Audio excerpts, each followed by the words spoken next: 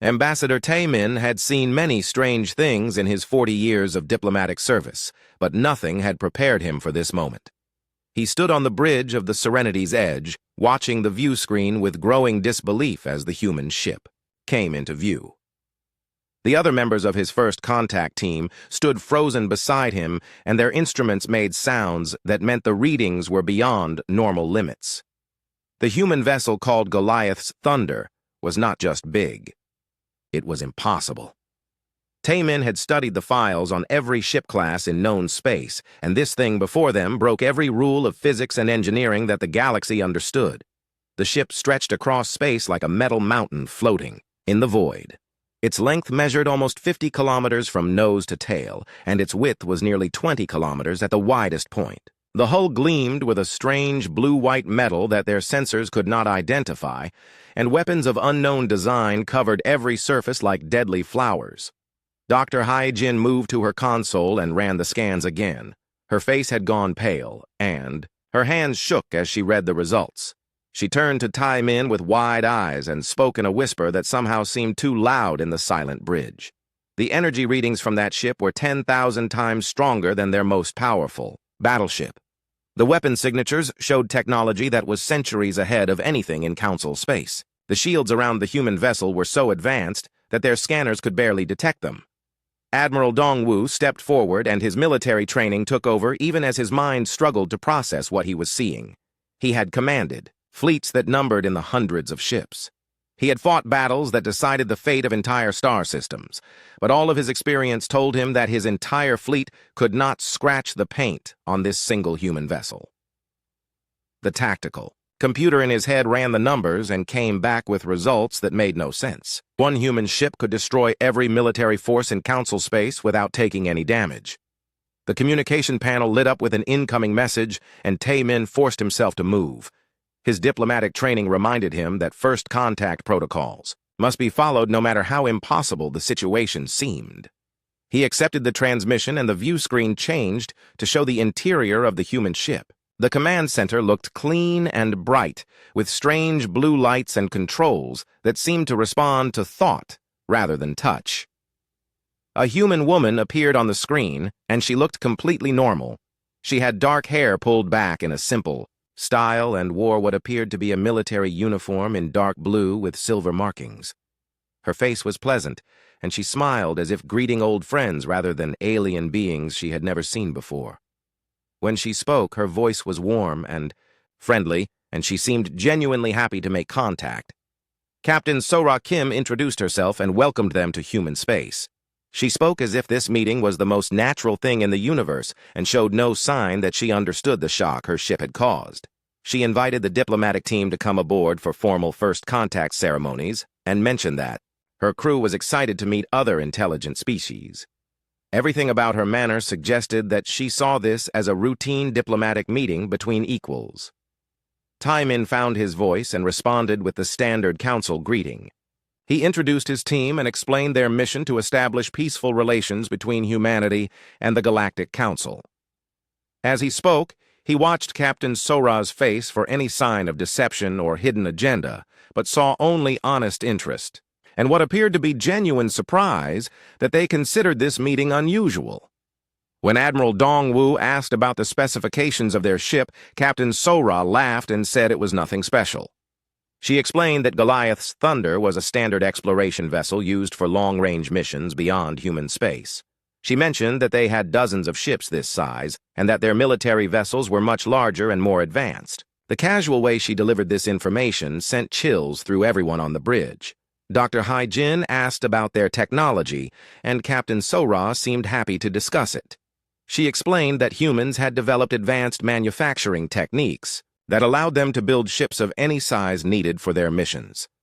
The weapons were mainly for defense against space debris and unknown threats in unexplored regions. The shields were standard safety equipment that protected the crew from radiation and micrometeorites during long journeys. Every explanation she gave made their technology sound routine and practical rather than revolutionary. The conversation continued for over an hour, and Taemin realized that Captain Sora was completely sincere in everything she said. The humans truly did not understand how advanced their technology appeared to other species. To them, this massive ship, with its impossible weapons and shields, was normal equipment. They had built it because they needed it, and had not considered how it would appear to species with less advanced capabilities. As the communication ended and arrangements were made for the formal meeting, Taimin sat back in his chair and tried to process what had just happened. The Galactic Council had maintained peace for 800 cycles through careful balance of power between species. No single race had technology so advanced that it could dominate all others. Treaties and trade agreements ensured that conflicts remained small and manageable. The entire structure of galactic civilization was based on the assumption that all species were roughly equal in their capabilities. The humans had just shattered that assumption completely. They possessed technology that was so far beyond anything else in the galaxy that they could reshape the entire political structure without even trying. The worst part was that they seemed completely unaware of their advantage. Captain Sora had spoken of peaceful exploration and cultural exchange as if she commanded a simple transport vessel rather than a weapon that could conquer star systems. Admiral Dong Wu was already making calculations about fleet movements and defensive positions. His military mind was trying to find ways to counter a threat that might not even be a threat. Dr. Haye-jin was running through technological theories that might explain how humans had achieved such impossible advances. Taimin knew that every government in Council space would be demanding answers and recommendations within hours of his report. The return journey to Council space passed in tense silence as each team member struggled with the implications of what they had discovered. The humans had been friendly and welcoming, but their casual demonstration of overwhelming technological superiority had changed everything. The galaxy would never be the same again, and none of them knew whether that change would bring peace or destruction. Taimin began composing his report to the Council and realized that his words would probably determine the course of galactic history. How do you explain to 800 species that everything they thought they knew about the balance of power was wrong? How do you describe meeting beings who could destroy your entire civilization but only wanted to be friends? The ambassador, who had handled first contact with dozens of species, now faced his greatest challenge in finding words that could prevent a war or perhaps make one inevitable. 3 cycles had passed since first contact, and the galaxy had not stopped talking about the humans. Captain Sora Kim stood on the bridge of Goliath's Thunder reading reports from Earth Command and trying to understand why everything had become so complicated. The simple first contact mission had turned into a diplomatic nightmare that seemed to grow worse each day. Admiral Jinwoo Park's latest message was clear and direct. Earth's military leadership was growing impatient with the political chaos surrounding human arrival in Council space. Some alien species were demanding immediate technology transfers, while others were calling for military action against the human threat. The Admiral wanted Captain Sora to make a strong demonstration of human capabilities to settle the matter once and for all. Sora disagreed with this approach but understood the pressure from home. Earth had sent exploration ships to find new friends and trading partners, not to become galactic police or conquerors. The peaceful intentions of humanity seemed to get lost in translation whenever they tried to explain their goals to Council species. Every gesture of friendship was interpreted as either weakness or hidden aggression, depending on which alien politician was speaking. The communication from Dr. Min Ho aboard the Council observation ship Harmony brought news that made the situation even more urgent. The militant Korthak Empire had declared human expansion into Council space an act of war. War Prime Kyung-soo was assembling the largest military fleet in recent galactic history, with the stated goal of destroying human presence in the region before it could spread further. Intelligence reports showed that 200 Korthak warships were moving toward the human research station at Beta Centauri. The station had a crew of only 50 scientists and was completely defenseless against military attack. Earth Command's standing orders were to protect all human installations and personnel, but sending a full battle fleet would take weeks.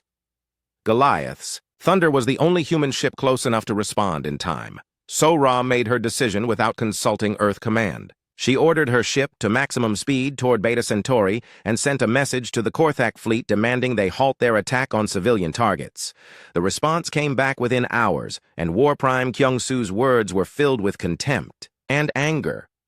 He declared that humanity would learn the price of challenging Korthak supremacy and that no human would leave the system alive.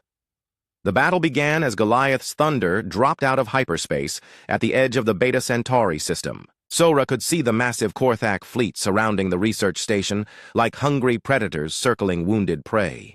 200 warships bristling with weapons and shields represented the most powerful military force assembled in decades. Against any other opponent, the outcome would have been certain and swift. War Prime Kyung-soo opened communications, and his reptilian features filled the main screen. His voice carried the confidence of someone who had never lost a battle and expected this encounter to be a simple execution. He offered Captain Sora one chance to surrender and witness the destruction of the research station before her own ship was destroyed. The pride in his voice made it clear that he saw this as a demonstration of Korthak power that would echo across the galaxy. Sora's response was calm and measured. She explained that the research station contained only civilian scientists engaged in peaceful study of stellar phenomena. She offered to evacuate the Korthak fleet from the system to avoid unnecessary bloodshed. The laughter that came from War Prime Kyung-soo made her crew members look uncomfortable, but Sora's expression never changed. The first Korthak weapons opened fire, and streams of plasma energy that could level cities struck Goliath's thunder from dozens of directions. The human ship's shields absorbed every shot without even flickering. Energy readings that should have overloaded any known defensive system barely registered on the human vessel's monitors. Sora watched the tactical display and realized that the enemy was using their most powerful weapons and achieving nothing. Admiral Dongwu observed the battle from his ship positioned safely outside the combat zone. His scanners showed weapon impacts that should have vaporized any target, but Goliath's thunder continued to float in space as if nothing was happening. The Council military doctrine taught that no shield could withstand concentrated fire from multiple ships, but human technology was proving that doctrine wrong in the most dramatic way possible. The return fire from Goliath's thunder was precise and controlled. Sora had ordered her weapons officer to use minimum power settings that would disable enemy ships without destroying them completely. Blue beams of energy reached out across space and touched Korthak vessels with surgical precision. Each shot knocked out specific systems while leaving life support and crew quarters undamaged. Dr. Minho watched from the observation deck of Harmony as the largest military fleet in recent history was systematically dismantled by a single human ship. The battle was not really a battle at all, but a careful demonstration of overwhelming technological superiority. Captain Sora was showing the galaxy that humans could destroy any military force without breaking a sweat, but chose instead to use minimal force necessary to protect innocent lives. Within 30 minutes, every Korthak warship was floating dead, in space with disabled weapons and engines but intact life support. War Prime Kyung-soo's flagship had been the last to fall, and his final transmission was filled with rage and disbelief. The proud warrior who had never known defeat could not accept that his greatest military triumph had become his most humiliating failure.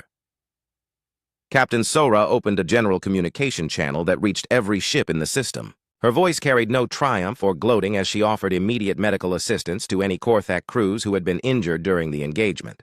She explained that human medical technology could treat most known injuries and that her ship's doctors were standing by to help. The offer of aid to defeated enemies surprised everyone who heard it.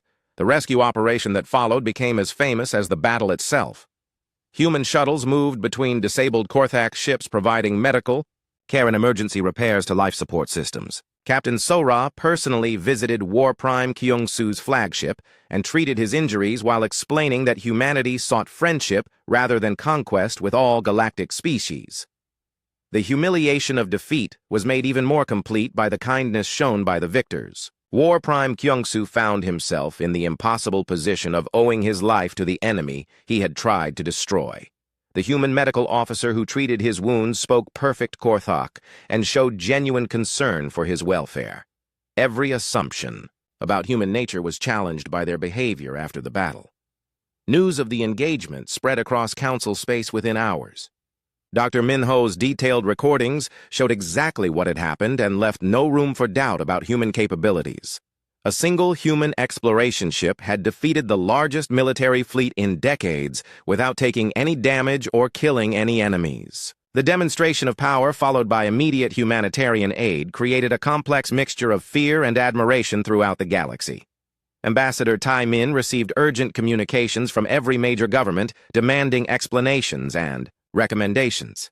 Some species wanted immediate alliance with humanity, while others called for unified military action before human expansion could continue. The careful balance of power that had maintained galactic peace for centuries was shattered, and no one knew what would replace it. Captain Sora completed her mission report and transmitted it to Earth Command, knowing that her actions had changed everything. The decision to respond alone rather than waiting for reinforcements had been necessary to save the research station, but the consequences would ripple across known space for generations. The galaxy now knew that humanity possessed the power to reshape civilization and the wisdom to use that power with restraint. The news of what people were calling the Battle of Korthak Prime spread through galactic communication networks faster than anyone had expected. Dr. Minho watched the reports flooding in from across Council space and realized that Captain Sora's demonstration had created exactly the kind of chaos that diplomats spent their careers trying to prevent. Every species was reacting differently, and none of the reactions were making the situation better. The Korthak Empire was tearing itself apart from within. War Prime Kyung-Soo had returned to his homeworld in disgrace, carrying the impossible burden of total military defeat, followed by enemy mercy. The warrior culture that had defined Korthak society for thousands of years could not process the idea that their greatest fleet had been destroyed by beings who then offered medical aid to the survivors. Half of the Korthak leadership demanded immediate surrender to humanity, while the other half screamed for revenge against the humiliation. Ambassador Tai Min found himself shuttling between worlds as panic spread through the diplomatic community. The careful treaties and trade agreements that had maintained galactic stability were becoming meaningless when one species possessed technology that could ignore all military threats. Some governments were secretly negotiating with human representatives, while others were forming military alliances against the human threat. The balance of power that had taken centuries to establish was collapsing in a matter of weeks. Captain Sora read the intelligence reports from her quarters aboard Goliath's Thunder and felt a growing sense of responsibility for the chaos unfolding across the galaxy. Her decision to respond to the Korthak attack had been necessary to protect the research station, but the consequences were far beyond anything she had imagined. Earth Command was sending mixed signals about how to handle the diplomatic crisis, and Admiral Jinwoo's latest orders seemed to change daily based on political pressure from different factions. Intelligence Officer Ye Jun brought disturbing news about the long-term effects of human arrival in Council space. Entire civilizations were abandoning their normal development paths in response to the demonstration of human technology. Some species were desperately trying to reverse engineer human innovations from the battle recordings, while others had given up on technological advancement completely. The economic systems of dozens of worlds were collapsing as governments redirected all resources toward either military preparation or attempts to curry favor with humanity. Dr. Hye Jin had spent months analyzing the tactical data from the battle, and her conclusions were troubling. Human technology was not just advanced, but represented a completely different approach to physics and engineering that other species could not hope to duplicate. The energy sources that powered human ships were based on principles that contradicted everything the galaxy thought it knew about science. Any attempt to copy human technology without understanding the underlying theory would likely result in catastrophic failures. The moderate faction in the Council, led by Ambassador Tai Min, proposed a third option that might prevent both submission and warfare. Direct technological exchange could allow humanity to gradually share their advances while helping other species understand the scientific principles involved. The proposal required trust from all parties and a commitment to peaceful cooperation that seemed impossible given the current political climate. War Prime Kyung-Soo faced increasing pressure from his own people as reports of human activities reached Korthak space. Intelligence sources reported that humanity had dozens of ships similar to Goliath's Thunder, and that their actual military vessels were far more powerful than anything used in the battle. The implications were clear and terrifying for a warrior culture that had built its identity on military supremacy. If humans chose conquest over cooperation, no force in the galaxy could stop them. The emergency session of the Galactic Council became a forum for fear and accusations as species after species demanded action against the human threat. The Zalarian Republic accused humanity of deliberately destabilizing galactic civilization, while the Morphic Collective insisted that immediate surrender was the only rational response.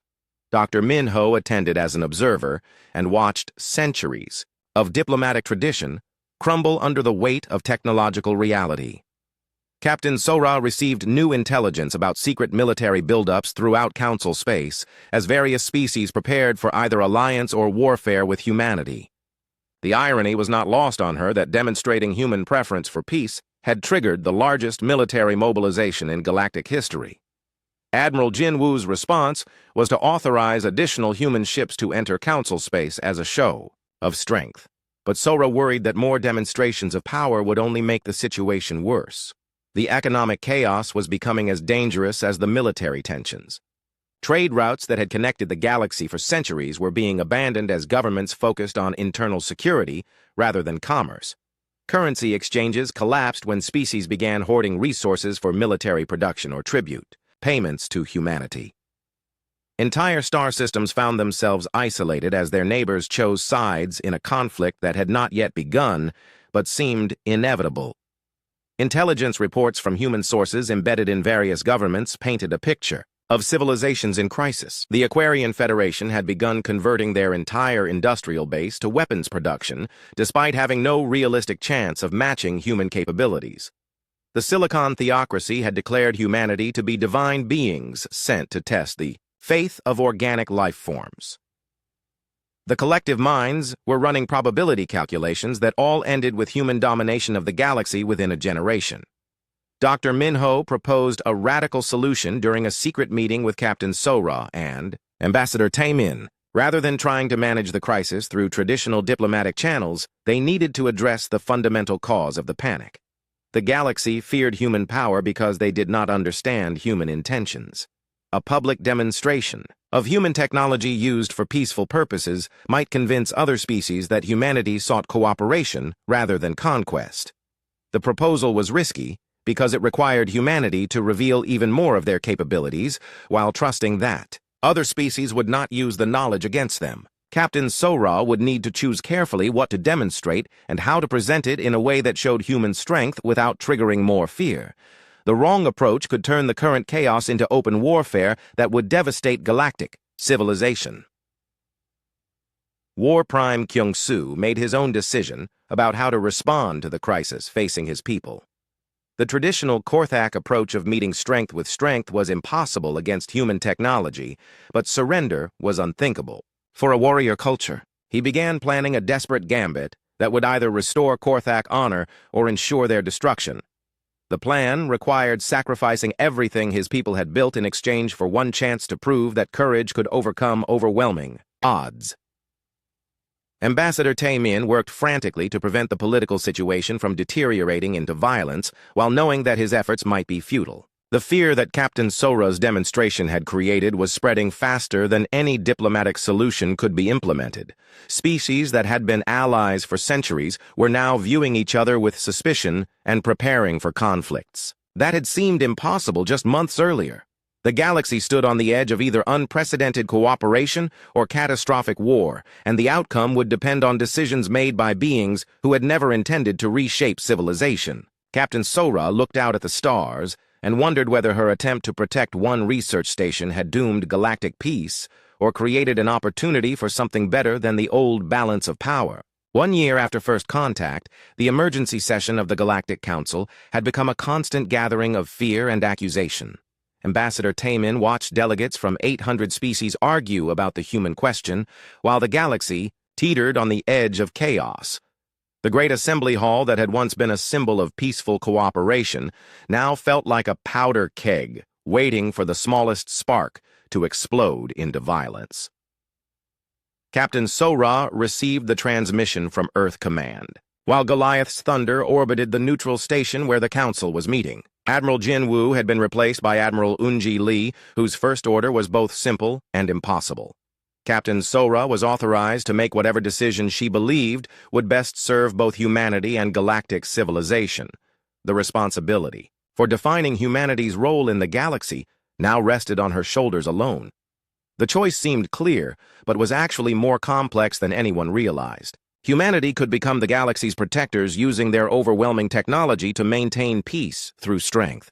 They could remain isolated and let the political chaos continue until other species either adapted or destroyed themselves. The third option was gradually sharing their technology to restore the balance of power. But that carried risks that no one could predict. Dr. Min-ho had spent months studying the psychological profiles of different species, and his conclusions were disturbing. The trauma of discovering human technological superiority had damaged the confidence and cultural identity of entire civilizations. Some species were abandoning their traditional values in desperate attempts to appear useful to their new human overlords. Others were retreating into isolation and refusing all contact with the outside galaxy. War Prime Kyung-soo had been planning his final gambit for months, while his empire crumbled around him. The shame of defeat at the hands of a single human ship had made him a target for assassination and rebellion within his own government. The warrior culture that had defined Korthak society was being questioned by younger generations who saw no point in military traditions that were useless against human technology. The intelligence that reached Dr. Min-ho through his network of contacts across the galaxy painted a picture of desperation and madness. War Prime Kyung-soo was not planning a military assault on human targets because he knew such an attack would fail completely. Instead, he was organizing a massive strike against civilian populations across 3 star systems using stolen Council technology and every remaining ship in the Korthak Empire. The target was not military installations or strategic locations, but schools and hospitals and residential areas where millions of innocent beings lived their daily lives. The plan was designed to force humanity into a genocidal response that would turn every species in the galaxy against them. War Prime Kyung-soo believed that if he could make humans appear to be monsters rather than protectors, then the galaxy would unite against the common threat. Dr. Min-ho discovered the plot just hours before the attack was scheduled to begin. His sources in Korthak intelligence had leaked the operational details, but there was no time for normal diplomatic channels or military responses. The strike fleet was already in position around the target systems and would begin bombardment within 6 hours. Any attempt to warn the targeted populations would alert the Korthak forces and cause them to accelerate their timeline. The race against time began as Dr. Min-ho tried to contact both Captain So-ra and the Council leadership, while Korthak ships moved into final attack positions. The communication systems were overloaded with emergency traffic as various intelligence agencies confirmed the threat and tried to coordinate responses. Admiral Dong-woo was mobilizing every available Council ship, but they could not reach the target systems before the attack began. Captain So-ra faced the most important decision in human history as she read Dr. Min-ho's urgent warnings. Goliath's thunder could reach one of the 3 target systems in time to prevent the massacre, but saving all 3 would require capabilities that she had never used before. The choice was between saving part of the target population or attempting something that might save everyone but could also fail completely. The breakthrough came when Dr. Min-ho suggested a solution that no one had considered before. Rather than trying to destroy the Korthak attack fleet, Captain So-ra could share Goliath's Thunder's shield technology in real time with Council ships throughout the target systems. The defensive screens that protected human vessels could be extended to cover entire planets if the local forces were willing to trust human technology. The proposal required unprecedented cooperation between human and alien systems during a crisis situation. Captain So-ra would need to open her ship's most advanced defensive networks to foreign control, while Council forces would need to integrate unknown technology into their own systems within minutes. The level of trust required seemed impossible, given the political tensions of the past year.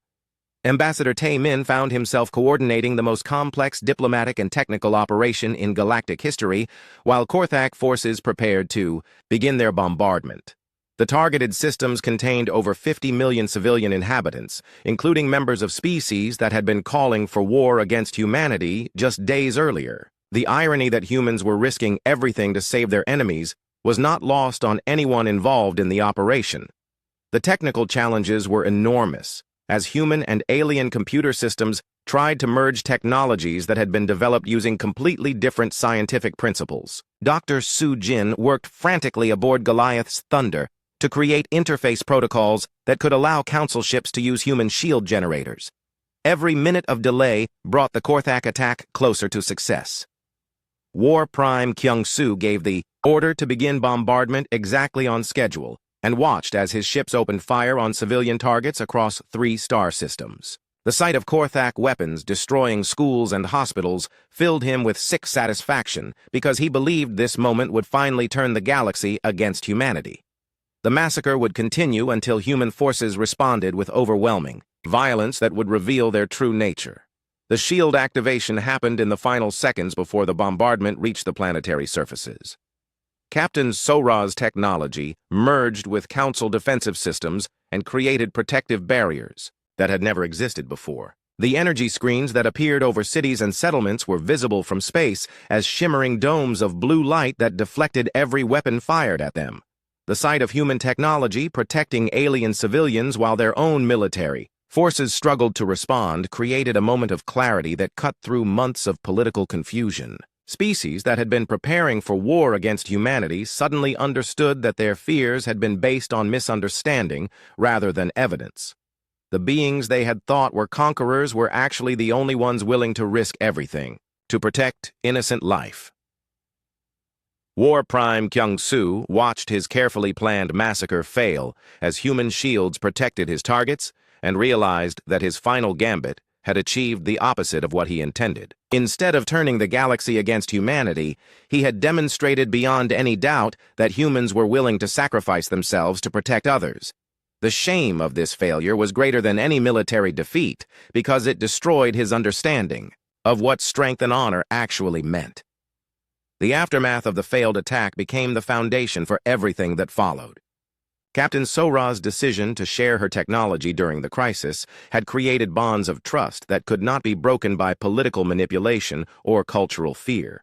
The galaxy had seen humanity at their most vulnerable as they opened their most advanced systems to alien control in order to save lives. Ambassador Taemin began drafting what would become known as the Terra Accords, while the protective shields still glowed over the saved cities. The framework for a new kind of galactic civilization was taking shape based on cooperation rather than competition and trust rather than fear. The old balance of power was gone forever, but something better was finally beginning to emerge from the chaos. 5 years had passed since first contact, and the galaxy bore little resemblance to the chaotic place it had been during the crisis. Admiral So-Ra Kim stood on the observation deck of Goliath's Thunder, watching construction crews from dozens of species work together on the first joint exploration vessel ever built. The ship taking shape in the orbital shipyard represented everything that had changed since that first moment when Ambassador Taemin had seen the impossible human vessel. The Terra Accords had become the foundation of galactic civilization in ways that none of the original negotiators had expected. Ambassador Taemin had worked with Admiral Eun-ji Lee and Dr. Su-jin to create a framework that allowed humanity to share their knowledge while respecting the cultural identity and development pace of each species. The careful process of technological uplift had transformed not just individual worlds, but the entire concept of how advanced civilizations should interact with their neighbors. Dr. Minho had established the Galactic Institute for Technological Ethics on a Neutral World, where representatives from every known species worked together to ensure that advancing technology served everyone rather than creating new forms of inequality. His partnership with Dr. Su-jin had led to breakthroughs that benefited all galactic civilization while maintaining the cultural diversity that made each species unique. The Institute had become a symbol of cooperation that seemed impossible just years earlier. The transformation of the Korthak Empire had been the most dramatic change of all. The warrior who had once been War Prime Kyung-soo now called himself simply Su, and led a movement within Korthak space focused on redemption and the true meaning of strength. His capture after the failed attack on civilian populations had led to a complete philosophical transformation during his imprisonment. The being who had once sought glory through conquest now taught that real honor came from protecting rather than destroying. Admiral Eun-ji had guided humanity through the delicate process of becoming galactic teachers rather than rulers. The temptation to use overwhelming technological advantage for political control had been strong among some Earth factions, but the admiral had insisted that true leadership meant helping others become strong rather than keeping them weak. The human colonies that spread through council space were centers of learning and cooperation rather than military bases or resource extraction facilities. The economic transformation had been as important as the technological changes. The old system of competitive trade and resource hoarding had given way to collaborative development that benefited entire regions rather than individual species. Human manufacturing techniques had been adapted to work with alien materials and methods creating hybrid technologies that were often superior to purely human designs. The sharing of knowledge had accelerated innovation throughout the galaxy. Sue arrived at the orbital shipyard as part of a Korthak delegation inspecting the new exploration vessel. His presence would have been unthinkable years earlier when his own people had tried to execute him for the shame of military defeat and failed genocide. The philosophical movement he had started within Korthak society was slowly changing their entire culture from one based on conquest to one focused on protective strength and honorable service. The meeting between Admiral Sora and Sue had become a regular occurrence as they worked together on various cooperative projects. The human officer who had defeated his greatest fleet and the Korthak warrior who had tried to manipulate the galaxy into war now collaborated on missions of exploration and peaceful development. Their partnership had become a symbol of how even the most bitter enemies could become allies through understanding and shared purpose. Dr. Sujin presented the latest reports on planetary restoration projects that were using combined human and alien technologies to repair worlds damaged by centuries of industrial exploitation or military conflict. The techniques developed through cooperative research were healing ecosystems that had been considered permanently destroyed. Entire species that had faced extinction due to environmental damage were recovering in ways that would have been impossible without the merger of different scientific traditions. The Galactic Defense Academy had graduated its first class of integrated officers trained in both human and traditional council military techniques. The concept of defensive rather than offensive military doctrine had spread throughout the galaxy as species learned that true security came from protecting others rather than threatening them. The Academy graduates were serving on ships and stations throughout known space as symbols of the new cooperative approach to galactic security. Admiral Sora reviewed the reports of ancient conflicts that had been resolved through peaceful negotiation backed by the implicit threat of human intervention. Species that had been at war for generations were finding diplomatic solutions when they realized that humanity would not tolerate aggression against civilian populations. The mere existence of human technology had made large-scale warfare impossible, while creating space for negotiated settlements. The construction project taking shape outside the observation deck represented the ultimate achievement of galactic cooperation. The new exploration vessel combined the best technologies and techniques from every known species into a ship designed to carry their combined hopes toward unknown regions of space. Human engineering provided the basic framework while alien innovations contributed specialized systems that no single species could have developed alone. Sue approached Admiral Sora as they watched the final hull sections being joined by crews that included members of species that had been enemies just years earlier. The former war prime reflected on how his understanding of strength and leadership had changed since his capture and imprisonment. The humans had shown him that real power meant having the ability to help others become stronger rather than keeping them dependent or afraid. The communication from the Institute brought news of another breakthrough in cooperative research. Scientists from the Silicon Theocracy had worked with human theorists to develop new mathematical models that explained some of the principles behind human technology. The knowledge was being shared freely with all species rather than being hoarded for competitive advantage. The old pattern of technological secrets and military applications was being replaced by open research and civilian benefits. Ambassador Taemin sent regular reports on the political situation throughout Council space, and the news continued to be encouraging. The emergency sessions and crisis meetings that had dominated galactic politics for years had been replaced by routine diplomatic work and trade negotiations. Species were competing to contribute to cooperative projects rather than fighting over resources or territory. The fundamental change in how civilizations related to each other had made traditional conflicts seem pointless. The memorial service for the victims of the Korthak attack had become an annual event attended by representatives from across the Galaxy.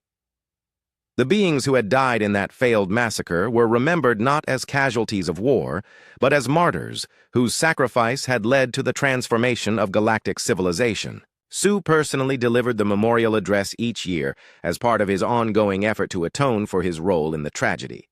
Dr. Min Ho's latest research showed that the psychological trauma that had initially accompanied human arrival in Council space was finally healing. Species that had abandoned their cultural traditions in fear of human disapproval were rediscovering their heritage with human encouragement.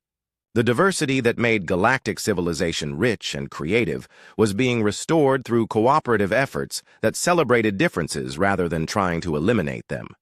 The final assembly of the new exploration vessel was scheduled for the following month, and Admiral Sora would command the maiden voyage into unexplored regions beyond the galactic rim. The crew would include representatives from every known species working together on a mission that would have been impossible under the old system of competitive nationalism and military suspicion. The ship itself was proof that cooperation could achieve more than any single civilization could accomplish alone. Admiral Sora looked out at the stars visible beyond the construction site and reflected on the journey that had brought the galaxy to this point.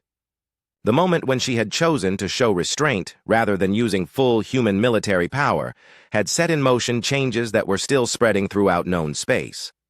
The galaxy she saw now was not perfect, but it was growing towards something better than anyone had imagined possible. The future stretched ahead filled with possibilities that could only be achieved through continued cooperation and mutual respect. The exploration vessel taking shape outside represented not just technological achievement, but the combined hopes and dreams of hundreds of species working together toward common goals. The galaxy had learned that shared strength was more stable and more powerful than any form of domination or submission could ever be.